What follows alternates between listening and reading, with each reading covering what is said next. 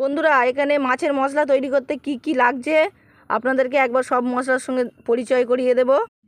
এই যে মশলাটা দেখছেন, এই মশলাটা হলো ভোরগছ।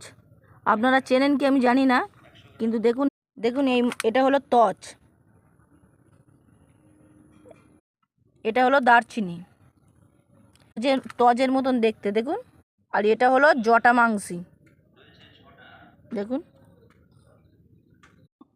এটা হলো মরা মাংসি।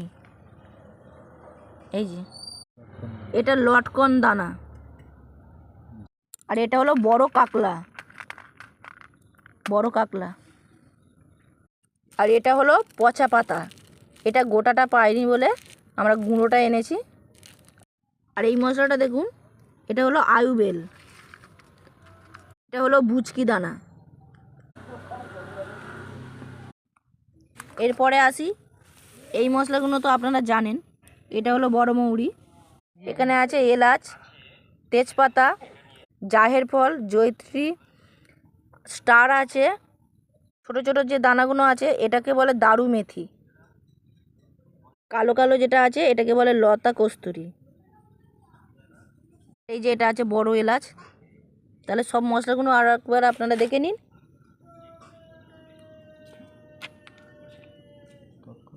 ঘি, মশলাগুলো কী করতে হবে আমি একবার বলে দিই।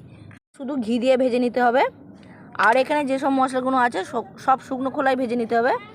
আর শুধু এটা যা ভাজবো না, ওটা এইগুলো যখন পেস্ট করব, গুঁড়ো করব, তখন এটা একসঙ্গে গুঁড়ো করে নেবো। ভাজার পর মিনিমাম 3 ঘন্টা পর মশলাটা যাতে ঠান্ডা হয়ে যায়, তখন কাঁচের বয়মেতে রেখে তোমার 2 দিন বাকি 3 দিনের জন্যই জাঁকে রাখতে হবে মশলাটা।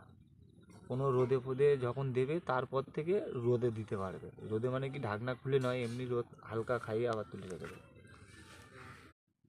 যে 4টে যদি এরম নাড়ু করো, তাতে 10 গ্রাম করে দেবে, 4টের জন্য 40 গ্রাম দেবে।